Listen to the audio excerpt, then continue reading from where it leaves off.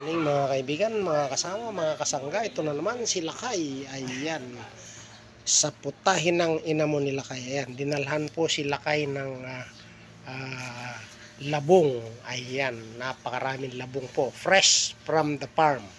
At syempre meron din pong fresh na mismong pili. Ayan, galing sa ating kaibigan. At syempre hindi mawawala po yung gabi. Ito po yung masarap na ilalaing ni Lakay. Ayan, no, talaga naman.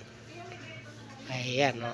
So ayan po ang aking tratrabahuin ngayong araw. Ayan, maggagayat po ako ng labong. Ayan, ayan ay iba-ibang putahe. Merong adobo, may atsara, may dinengdeng. Ayan, kung ano-anong pwedeng isahog po dyan. Ito naman po ay talaga namang ginataang laing. Ayan, fresh ito, yung kanyang tangkay, fresh po itong aking lulutuin maya maya.